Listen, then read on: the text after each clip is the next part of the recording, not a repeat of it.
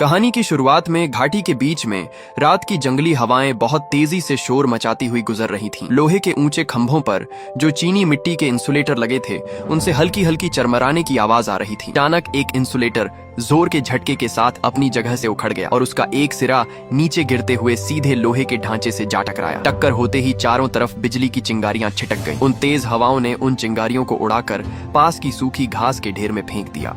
देखते ही देखते आग की छोटी छोटी लपटों ने उस शांत घाटी को निगलना शुरू कर दिया। हवा के झोंके मिलते ही आग में जैसे जान आ गई और वह पल भर में कई मीटर ऊंची उठने लगी। आग किसी शिकारी कुत्ते की तरह हर तरफ फैलने लगी। उसकी रफ्तार इतनी खूंखार थी कि उसे रोकना नामुमकिन लग रहा था। दूसरी तरफ पास ही में एक छोटा सा कस्बा रात के सन्नाटे में सुकून से सोया हुआ था। उन बेचारे लोगों को अंदाजा भी नहीं था कि कितनी बड़ी तबाही उनकी तरफ बढ़ रही है।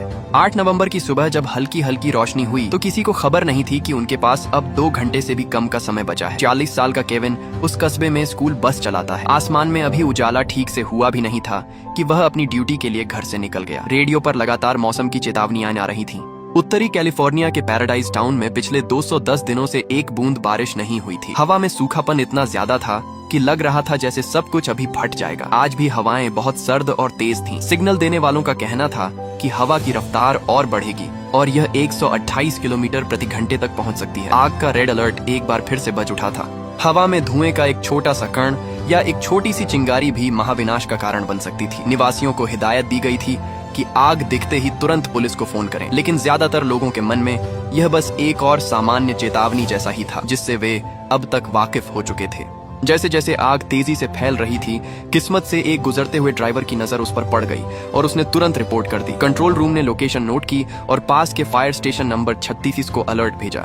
फायर फाइटर्स उस समय स्टेशन पर बैठकर अपना नाश्ता कर रहे थे। जैसे ही सायरन बजा वे सब छोड़ छाड़ कर निकले और अपनी दमक्कल की गाड़ियों के साथ आग वाली जगह की ओर दौड़ पड़े। जब वे मौके के करीब पहुंचे तो मंजर उनकी उम्मीद से कहीं ज्यादा भयानक था। तेज पूर्वी हवाओं ने आग की लपटों को घाटी की गहराई तक धकेल दिया था। आग अब सैकड़ों एकड़ में फैल चुकी थी। टीम के लीडर ने आदेश दिया कि उस तरफ की पतली सड़क से अंदर घुसते हैं। रास्ता बहुत छोटा था पर उन्होंने जोखिम लेने का फैसला किया। दमकल की बड़ी गाड़ी उस संकरी सड़क पर बड़ी मुश्किल से समा पा रही थी। टीम के एक साथी ने चेतावनी दी कि अगर आग ने अपनी दिशा बदली और हम पर हमला किया तो पीछे हटने का कोई रास्ता नहीं बचेगा। लेकिन लीडर ने दांत भींचकर कहा कि थोड़ा और करीब चलते हैं, शायद आग बुझाने का कोई मौका मिल जाए। पर आग का तांडव बढ़ता ही जा रहा था। टीम के बाकी लोगों को शक होने लगा और सबने एक सुर में कहा कि यह रास्ता आगे नहीं जाता। आखिरकार लीडर ने गाड़ी वापस मोड़ने और आग पर हमला करने के लिए कोई नया पॉइंट ढूंढने का फैसला किया।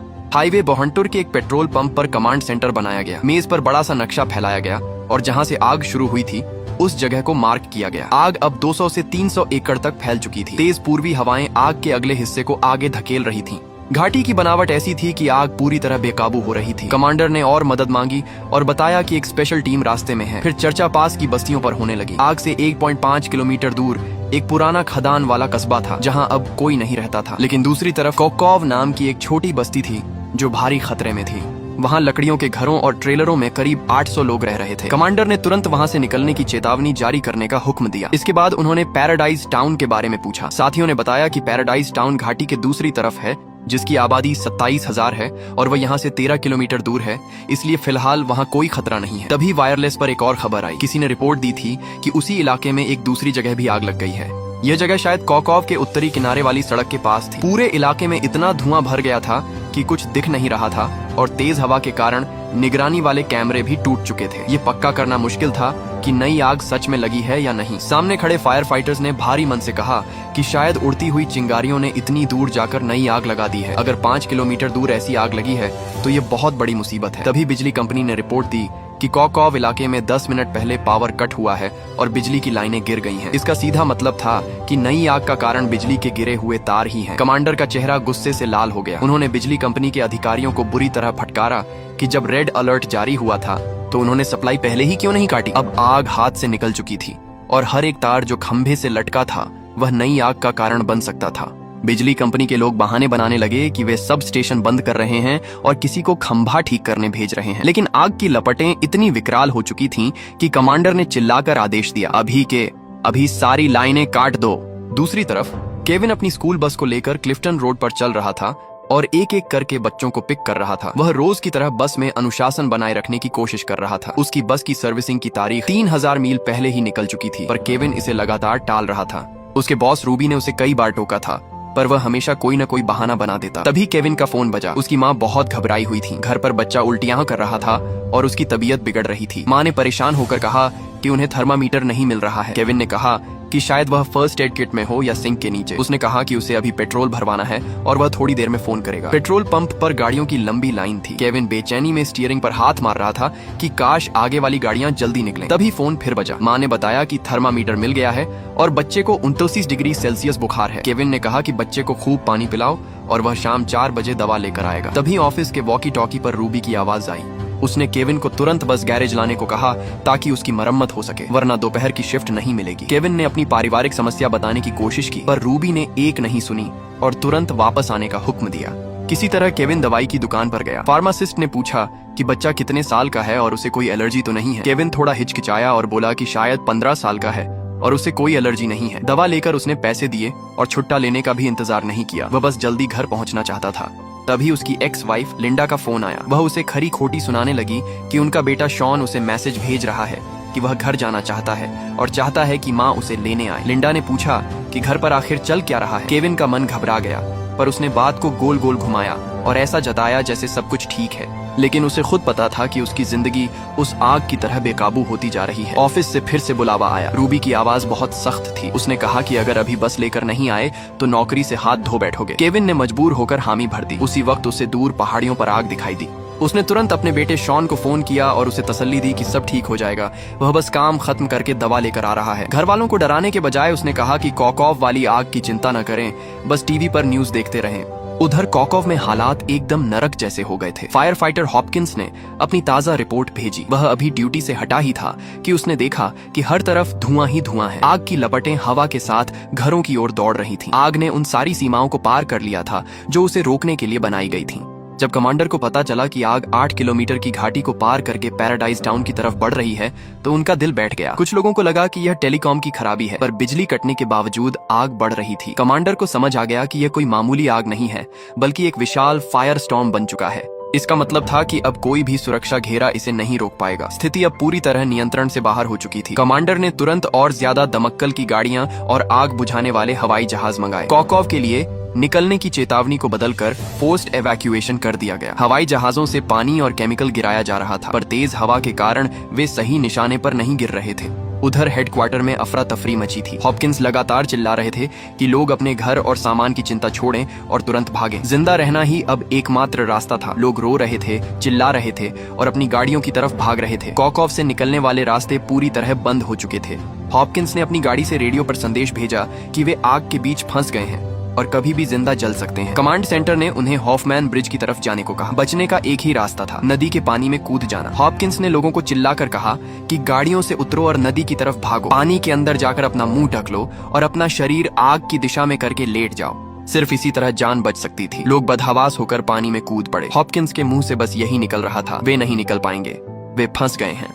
लेकिन फिर उन्होंने खुद को संभाला और सबको हिम्मत दी। सब साथ खड़े हो जाओ, डरो मत, हम यहाँ से सुरक्षित निकलेंगे, जल्दी करो जल्दी करो। उन्होंने बचाव दल से मदद मांगी और लोकेशन नोट करवाई। तभी केविन को लिंडा का फिर फोन आया। उसने पूछा कि उसने फोन क्यों नहीं उठाया। वह अपनी रोज की तकरार और परेशानियों से थक चुकी थी। केविन ने अपना गुस्सा दबाया और कहा कि यह सब एक गलत फहमी है। लिंडा ने उसे आईना दिखाते हुए कहा कि अगर सब ठीक है तो बेटा उसे बार बार मदद के लिए मैसेज क्यों भेज रहा है। उसने केविन को एक नाकाम पिता कहा जो हमेशा अपनी नाकामियों के लिए अपने मरे हुए बाप को दोष देता है, जिससे उसने 20 साल से बात तक नहीं की थी। केविन का सब्र टूट गया और वह चिल्ला पड़ा। थोड़ी देर की शांति के बाद लिंडा की आवाज थोड़ी नरम हुई।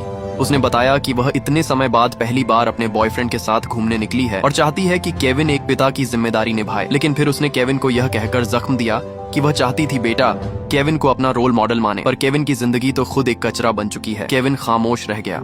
उसके पास कोई जवाब नहीं था। हाई स्कूल की अधूरी पढ़ाई, कम उम्र में शादी और फिर तलाक, बेटे की परवरिश का बोझ, ये सब उसके कंधों पर पत्थर की तरह भारी था। उसकी जिंदगी पर फेलियर का ठप्पा लग चुका था। केविन ने एक लंबी और गहरी सांस ली और फैसला किया कि उसे अब घर जाना ही होगा, अपने बेटे शॉन के पास। इसी बीच कमांड सेंटर में खलबली मची थी। कमांडर ने टाउन हॉल को सूचना दी कि 3रे, 8वें और 14वें जोन के लिए अनिवार्य निकासी का अलर्ट जारी कर दिया जाए। पैराडाइज टाउन के पूर्वी हिस्से के 4000 लोगों को तुरंत निकलना था, लेकिन ऐन मौके पर टाउन हॉल का कंप्यूटर सिस्टम खराब हो गया और चेतावनी वाला मैसेज लोगों तक नहीं जा सका। कर्मचारी बस हाथ मलते रह गए। आग अब पैराडाइज टाउन की तरफ तेजी से बढ़ रही थी। कमांड सेंटर ने मदद मांगी, पर बैकअप पहुंचने में 2-3 घंटे लगने थे। सबको पता था कि पैराडाइज टाउन अब तबाह होने वाला है। हालात इतने खराब थे कि हवाई मदद भी अब जान जोखिम में डालकर ही दी जा सकती थी। पैराडाइज टाउन के एक प्राइमरी स्कूल में बच्चे शोर मचा रहे थे। टीचर उन्हें शांत करने की कोशिश कर रहे थे कि यह बस एक मामूली पहाड़ी आग है और वे अपनी पढ़ाई पर ध्यान दें। पर हवा में जलने की गंध और बेचैनी साफ महसूस की जा सकती थी। जब स्कूल को कोई आधिकारिक आदेश नहीं मिला तो प्रिंसिपल ने खुद ही फैसला लिया कि बच्चों को सुरक्षित घर भेजना होगा। लेकिन जिन बच्चों के माँ बाप दूर काम पर थे वे नहीं आ सकते थे। स्कूल प्रशासन ने तय किया कि उन बच्चों को स्कूल में ही इकट्ठा किया जाए। तभी वायरलेस पर रूबी का इमरजेंसी मैसेज गूंजा। पूर्वी पैराडाइज टाउन को सबसे ज्यादा खतरे वाला जोन घोषित कर दिया गया था। सभी स्कूल बसों को आदेश दिया गया कि वे बच्चों को सुरक्षित ठिकानों पर पहुंचाएं। टाउन हॉल का सिस्टम फेल होने की वजह से स्कूल तक खबर देरी से पहुंची थी। अब अफरा तफरी में 23 बच्चे ऐसे थे जिन्हें लेने वाला कोई नहीं था। टीचर्स के पास इतनी गाड़ियां नहीं थीं कि सबको ले जा सकें। प्रिंसिपल ने कंट्रोल रूम से एक खाली बस की मांग की। रूबी ने सभी ड्राइवरों से रेडियो पर पूछा कि क्या कोई बस खाली है जो उन 23 बच्चों को बचाने जा सके। जवाब में सिर्फ निराशा मिली। कोई बस भरी हुई थी तो कोई इतनी दूर जा चुकी थी कि वापस आना मुमकिन नहीं था। रेडियो पर एक खौफनाक सन्नाटा छा गया। केविन का हाथ स्टीयरिंग पर कांप रहा था। एक तरफ उसका घर, उसकी बूढ़ी माँ और बीमार बेटा था जहाँ उसे पहुँचना था। दूसरी तरफ वे बेसहारा बच्चे थे। उसके अंदर एक जंग चल रही थी। एक तरफ अपना परिवार, दूसरी तरफ उसका फर्ज। उसने अपनी आंखें बंद की, अपने बेटे को याद किया और अपनी अधूरी जिंदगी के बारे में सोचा। अचानक उसके अंदर कुछ बदल गया। उसने एक गहरी सांस ली और रेडियो का बटन दबाया। उसने जिम्मेदारी ले ली। केविन ने बस की रफ्तार बढ़ा दी और स्कूल पहुंचा। वहां बच्चे डरे सहमे थे। केविन की पीली बस किसी उम्मीद की किरण की तरह वहां पहुंची। उसने बच्चों को जल्दी बस में चढ़ाया। उसे पता था कि सड़कें जाम होने वाली हैं। 23 बच्चे और एक टीचर बस में सवार हुए।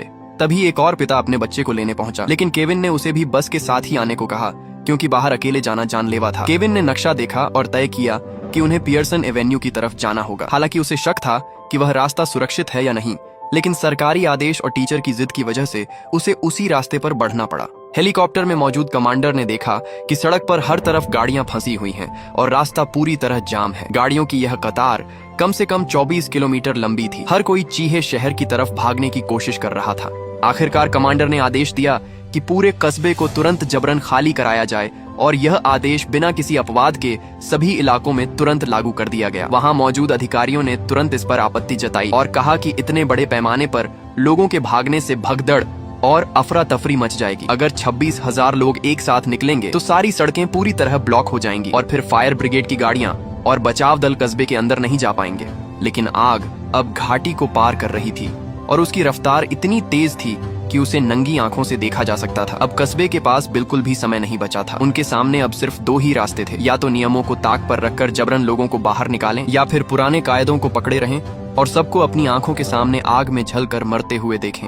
जिंदगी और मौत के इस फैसले के बीच कागजी बहस की कोई गुंजाइश नहीं थी, क्योंकि जरा सी भी देरी बहुत भारी पड़ने वाली थी। उधर रूबी बार बार बस नंबर 966 को कॉल कर रही थी, लेकिन रेडियो पर जवाब के नाम पर सिर्फ ब्रेक लगने जैसी चरचराहट और शोर सुनाई दे रहा था। लगभग सभी छोटी गाड़ियां खतरे से बाहर निकल चुकी थीं। सिर्फ केविन की बस अभी भी डोंग टियानटांग के भारी ट्रैफिक में फंसी हुई थी। यह सोचकर ही रूबी का दिल बैठा जा रहा था। बस के अंदर का माहौल बहुत तनावपूर्ण था। मैरी पूरी हिम्मत के साथ बच्चों को समझाने की कोशिश कर रही थी कि वे शांत रहें और अपनी जगह पर बैठे रहें। खिड़की के बाहर आग की लपटें किसी लहर की तरह करीब आ रही थीं और हवा के झोंकों के साथ आग ऐसे उमड़ रही थी जैसे किसी भी पल खिड़की के अंदर घुस जाएगी। बस के पहिए अपनी जगह से टस से मस नहीं हो रहे थे और हवा में घबराहट और लाचारी भरी हुई थी। केविन ने जब उस आग के समंदर को अपनी ओर करीब आते देखा तो उससे और बर्दाश्त नहीं हुआ। उसने अचानक जोर से एक्सीलेटर पर पैर दबाया और बस को तेजी से एक तरफ मोड़ दिया। इस अचानक झटके से बच्चे डर कर चिल्लाने लगे और अपनी सीटों को कसकर पकड़ लिया।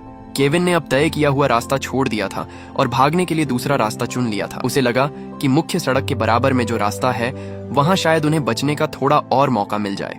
मैरी ने उसे रोकने की कोशिश की और जोर दिया कि उन्हें तय किए गए रूट पर ही चलना चाहिए, लेकिन केविन ने अपना गुस्सा दबाते हुए कहा कि वे इन पुराने और बेकार प्लान के चक्कर में अपनी जान नहीं दे सकते। वह हाथ पर हाथ धरकर वहां फंसे रहने के बजाय खतरा उठाकर बाहर निकलना बेहतर समझता था।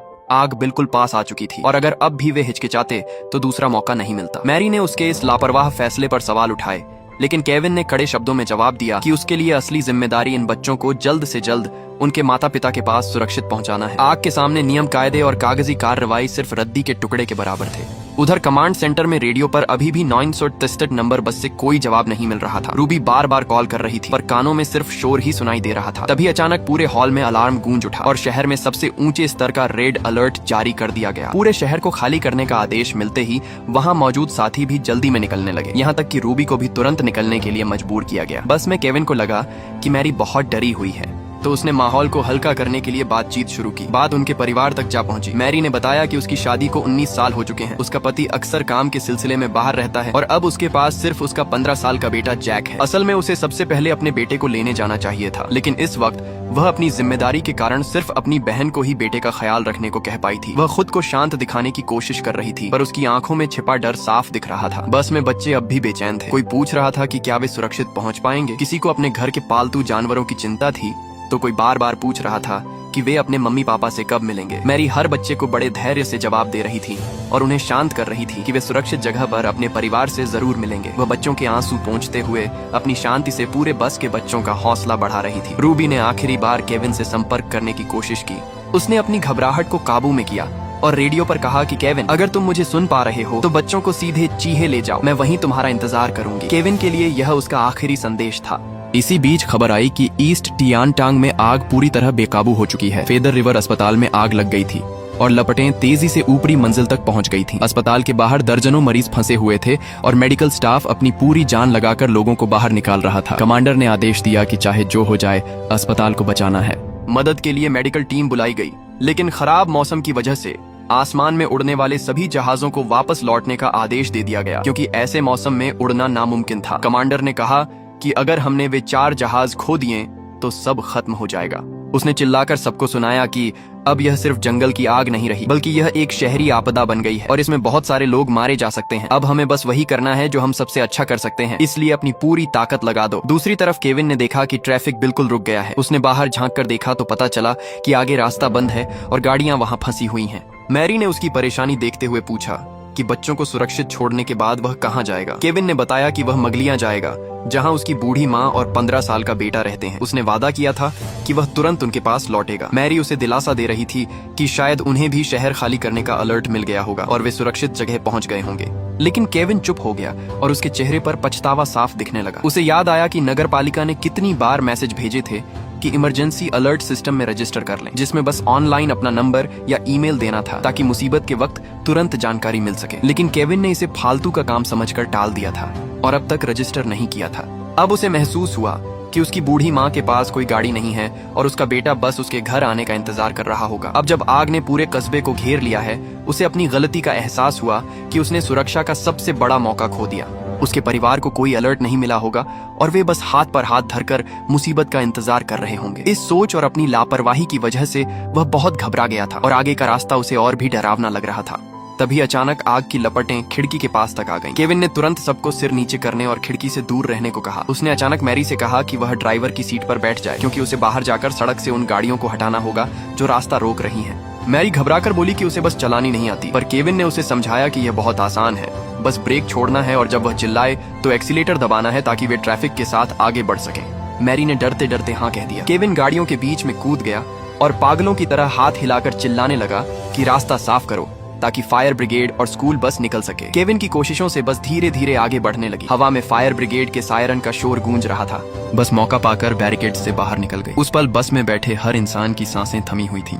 जैसे ही बस सुरक्षित निकली, बच्चों के बीच खुशी की लहर दौड़ गई। मैरी कांप रही थी, पर उसने हिम्मत जुटाकर कहा कि आखिरकार वे बाहर निकल आए हैं। लेकिन वह जानती थी कि आगे अब भी बहुत अनजानी मुश्किलें हैं। रेडियो सिस्टम पूरी तरह ठप हो चुका था और पूरा कस्बा आग और दहशत की चपेट में था। केविन ने वॉकी टॉकी पर अपनी लोकेशन बताई। मैरी ने बच्चों को अपना सामान तैयार रखने को कहा ताकि वे जल्द अपने माता पिता से मिल सकें। लेकिन जब बस पैराडाइज एलिमेंट्री स्कूल के मिलन स्थल पर पहुंची तो वहां बच्चों का इंतजार करने वाला कोई नहीं था। वहां सिर्फ सन्नाटा और धुआं फैला था। बच्चे अपनी सीटों से बाहर झांककर मम्मी पापा को पुकारने लगे, पर जवाब में सिर्फ धुआं और हवा का शोर था। केविन और मैरी ने बाहर उतरकर देखा, पर वहां कोई नहीं था। हवा में इतना धुआं था कि सांस लेना मुश्किल था और सबको खांसी आ रही थी। मैरी का चेहरा सफेद पड़ गया। जो जगह सुरक्षित मानी जा रही थी उसे अब खाली कर दिया गया था। वहां न कोई चेतावनी थी और न ही कोई नोटिस। सब लोग वहां से जा चुके थे। केविन ने बिना वक्त गंवाए फैसला किया कि वे बच्चों को लेकर चीहे के मुख्य शेल्टर होम जाएंगे, क्योंकि अब वही एक जगह थी जहां उम्मीद बची थी। वह बच्चों को उनके माता पिता तक पहुंचाने के बाद ही अपने बच्चों को ढूंढने जाएगा। फायर हेडक्वार्टर में माहौल बहुत खराब था। चीफ को खबर मिली कि पैराडाइज में 27,000 और मगलिया में 12,000 निवासी हैं, जिनमें से अब तक सिर्फ 8,000 लोग ही बाहर निकल पाए हैं। बिजली कंपनी ने जो वादा किया था कि वे पावर काट देंगे, वह भी पूरी तरह सफल नहीं हुआ था। कई जगह बिजली के तार टूटकर गिर गए थे, जिससे रास्ता रुक गया था और उन तारों से अब भी चिंगारियां निकल रही थीं। फायर ब्रिगेड के कर्मचारी अपनी जान जोखिम में डालकर तार काट रहे थे ताकि गाड़ियों को निकलने का रास्ता मिल सके। कमांडर ने गुस्से में बिजली कंपनी के अधिकारी से पूछा कि पावर अब तक पूरी तरह बंद क्यों नहीं हुई, तो जवाब मिला कि ऑटोमेटिक सिस्टम तो बंद है, लेकिन बाकी का हिस्सा मैन्युअल तरीके से एक एक करके बंद करना पड़ रहा है।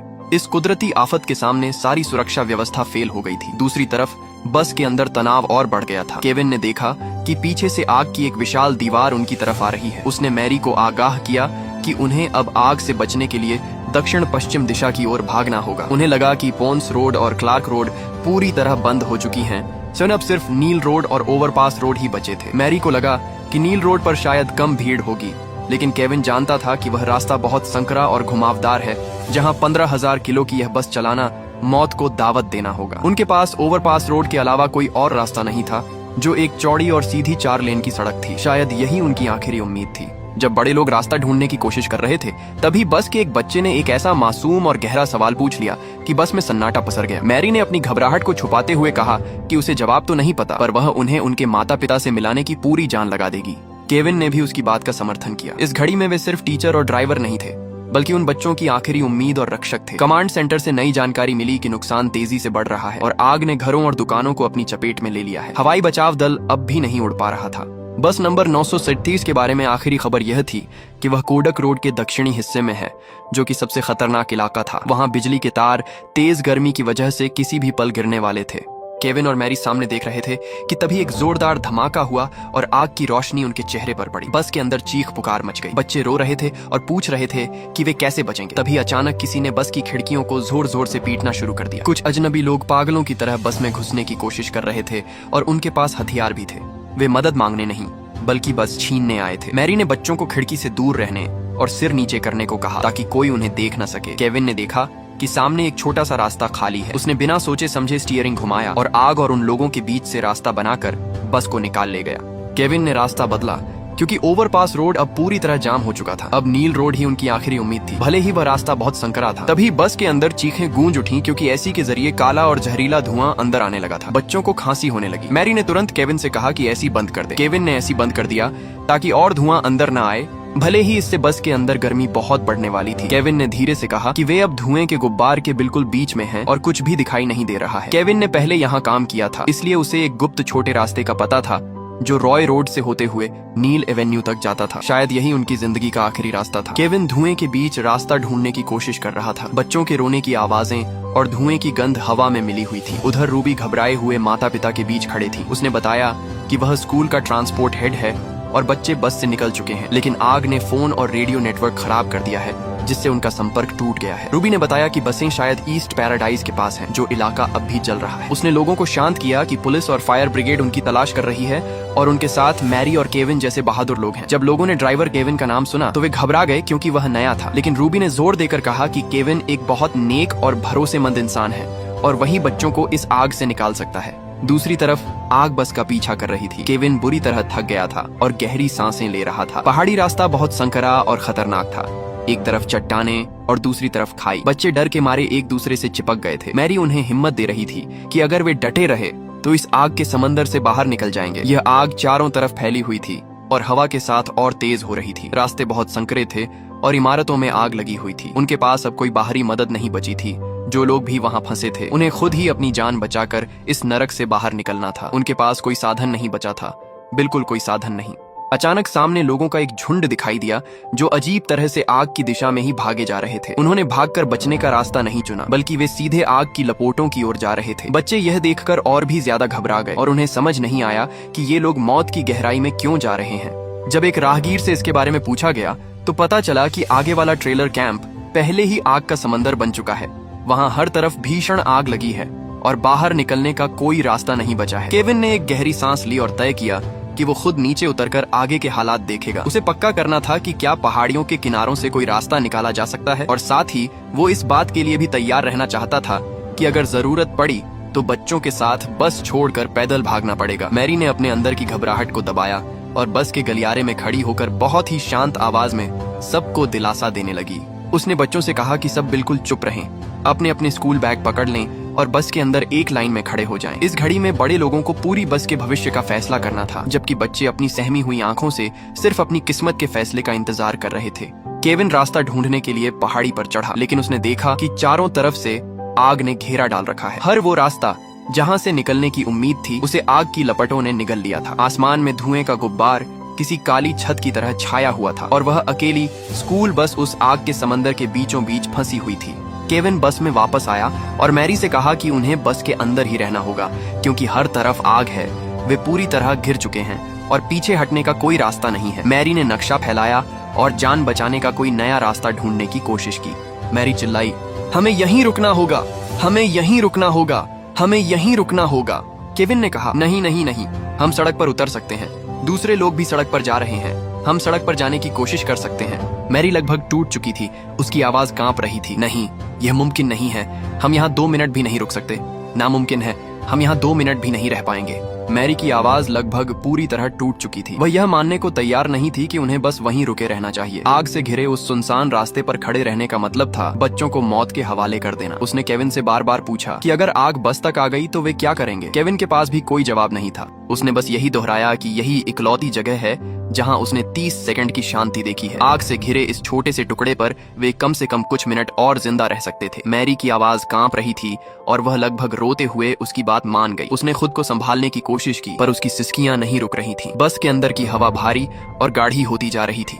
धुआं खिड़कियों की दरारों और वेंटिलेशन के रास्तों से अंदर घुसने लगा था। केविन की घबराहट अपनी चरम सीमा पर थी। उसने धीमी और तेज आवाज में मैरी को पुकारा और कहा कि उन्हें समय जीतना होगा, चाहे वह थोड़ा सा ही क्यों ना हो। दोनों ने मिलकर काम करना शुरू किया। केविन ने टेप से वेंटिलेशन के छेदों को बंद किया, जबकि मैरी ने बच्चों के लिए कपड़े के टुकड़ों से साधारण फिल्टर मास्क बनाए। हर कपड़े को कीमती पानी से भिगोया गया था। इसी बीच बाहर कंट्रोल सेंटर से खतरे की चेतावनी आई।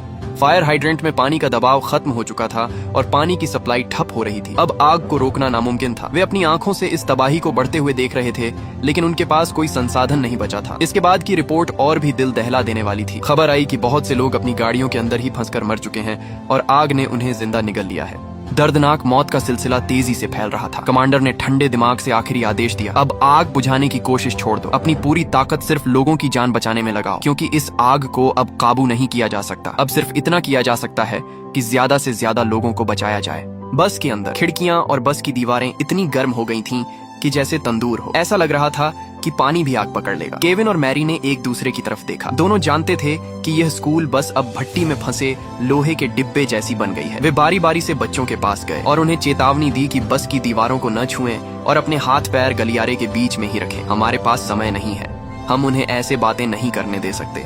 उसी समय कंट्रोल सेंटर में एक इमरजेंसी प्रेस कॉन्फ्रेंस हो रही थी। फायर चीफ ने मीडिया को बताया कि आग सुबह 6:30 बजे पुरगा ब्रिज के पास शुरू हुई थी। सिर्फ 2 घंटों में आग ने सारी सुरक्षा रेखाओं को तोड़ दिया और सुबह 8:30 बजे पैराडाइज टाउन पर हमला कर दिया। चीफ ने ईमानदारी से माना कि उन्होंने अपनी पूरी ताकत लगा दी, फिर भी आग को फैलने से नहीं रोक पाए। कुछ मिनट पहले ही उन्हें मजबूरन आदेश देना पड़ा कि आग बुझाने का काम बंद कर दिया जाए और सारा ध्यान जान बचाने पर लगाया जाए। हालांकि इस वक्त हजारों लोग अब भी फंसे हुए थे। कुछ हार मान चुके थे तो कुछ अपनी जगह डटे थे। उनकी बातों में लाचारी साफ झलक रही थी। पूरा समुदाय अकेला इस भयानक आग का सामना कर रहा था। उसी दौरान बस के अंदर मैरी ने अपने मन की बात कहनी शुरू की। उसने बताया कि वह लगभग पूरी जिंदगी पैराडाइज टाउन से बाहर नहीं गई। बस जवानी में 2 हफ्ते के लिए एक दोस्त के फार्म हाउस गई थी और पति के साथ एक छोटा सा वीकेंड सैन फ्रांसिस्को में बिताया था। उसे लगा था कि अगर वो यहीं रहकर नियमों का पालन करेगी तो कुछ भी बुरा नहीं होगा।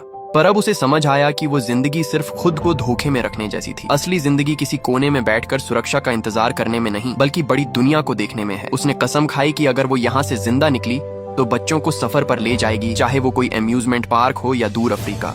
वो अपनी आंखों से हाथियों को पानी पीते हुए देखेगी और दुनिया के हर कोने पर अपने कदमों के निशान छोड़ेगी।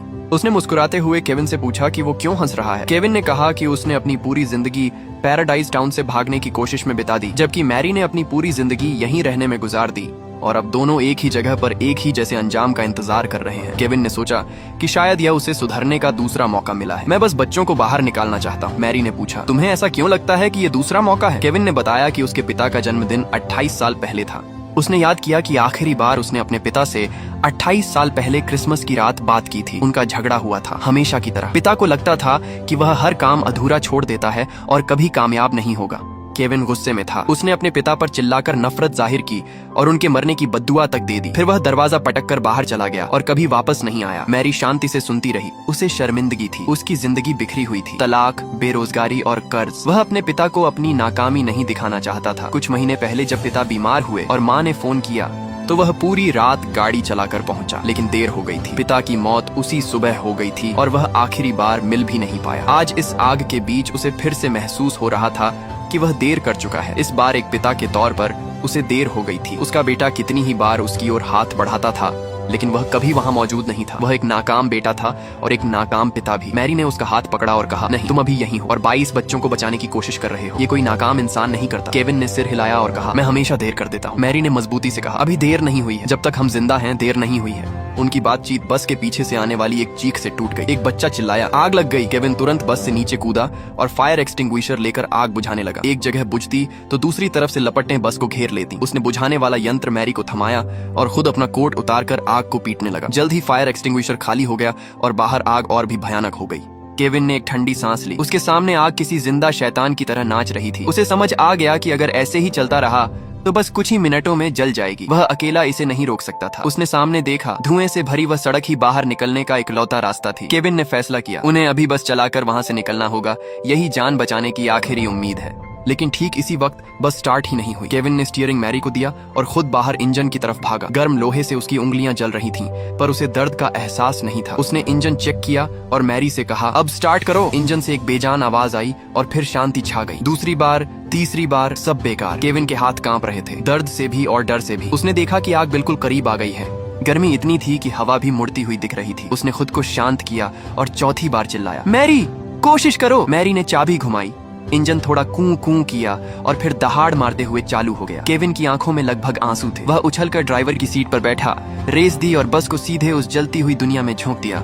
बस की खिड़कियों के कांच गर्मी से चटकने लगे। बाहर पेड़ एक के बाद एक गिर रहे थे। आग की लपटें हवा के साथ बस की छत पर गिर रही थीं। बस के अंदर बच्चों के रोने और प्रार्थना करने की आवाजें गूंज रही थीं। केविन ने स्टीयरिंग को मजबूती से जकड़ रखा था। उसकी आंखों में बाहर की आग की चमक थी। उस पल उसे अपने पिता की आवाज सुनाई दी। अपनी जिंदगी की सारी गलतियां और देरी महसूस हुई और दिल से एक ही आवाज आई, इस बार देरी नहीं होनी चाहिए। इंजन ने एक जोरदार आवाज की और बस जलती हुई टहनियों को तोड़ती हुई आगे निकल गई। आग की दीवार को चीरकर वे धुएं के गुब्बार से बाहर निकले। बस के अंदर की चीखें अब सिसकियों में बदल गई थीं और फिर सन्नाटा छा गया। जब आग पीछे छूट गई तो बच्चों ने रोते हुए पूछा, क्या सब खत्म हो गया? मैरी ने आंसू पोंछते हुए कहा, तुम अब सुरक्षित हो। जब बस रिलीफ कैंप पहुंची तो वहां माता पिता का हुजूम उमड़ पड़ा। लोग अपने बच्चों के नाम पुकार रहे थे। कुछ खुशी से जमीन पर गिरकर रोने लगे। वह मंजर बेहद भावुक था। बच्चे एक एक करके बस से उतरे और अपने माँ बाप के गले लग गए। दूर खड़ी भीड़ तालियां बजा रही थी। ये उस चमत्कार के लिए था जो आग के समंदर को पार करके आया था। मैरी ने बस के अंदर केविन का शुक्रिया अदा किया। केविन ने सिर हिलाया।